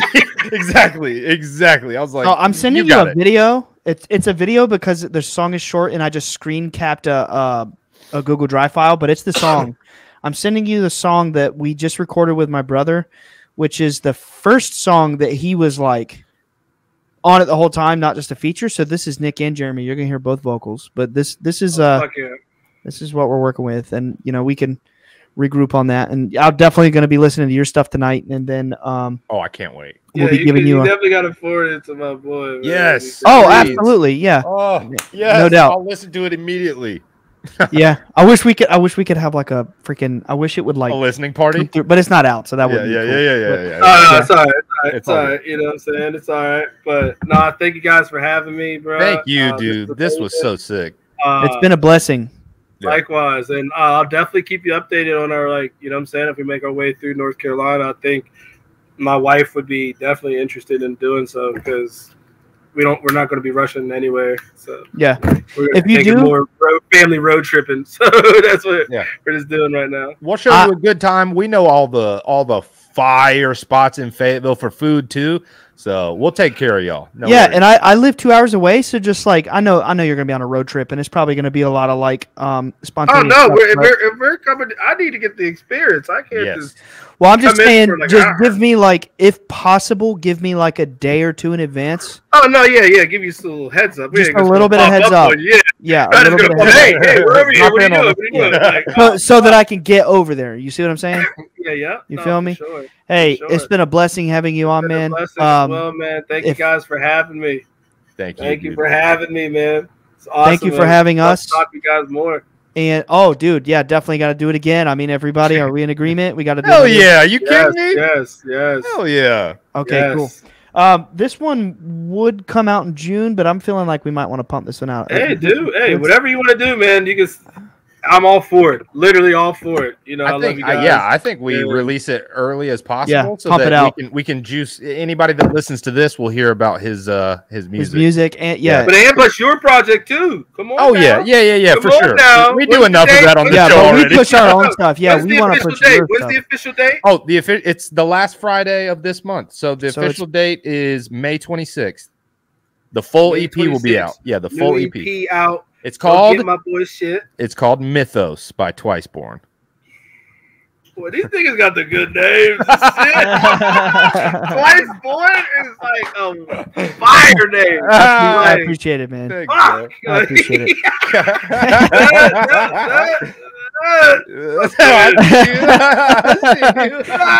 Yeah, it's like you're tricky. I like you. Tricky You guys Ricky. have a great Ricky. Yeah, you're the man. Oh, It just dropped out. He's like, oh, right, okay. bye. Well, I guess. Wait. Don't end the recording. Hold on. We gotta. Alex almost hit the button. Now that he's off, I guess we're gonna do a traditional. Bye, guys. Bye, guys.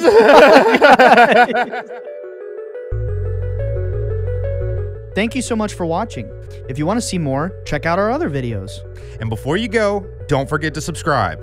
See you next week. Peace.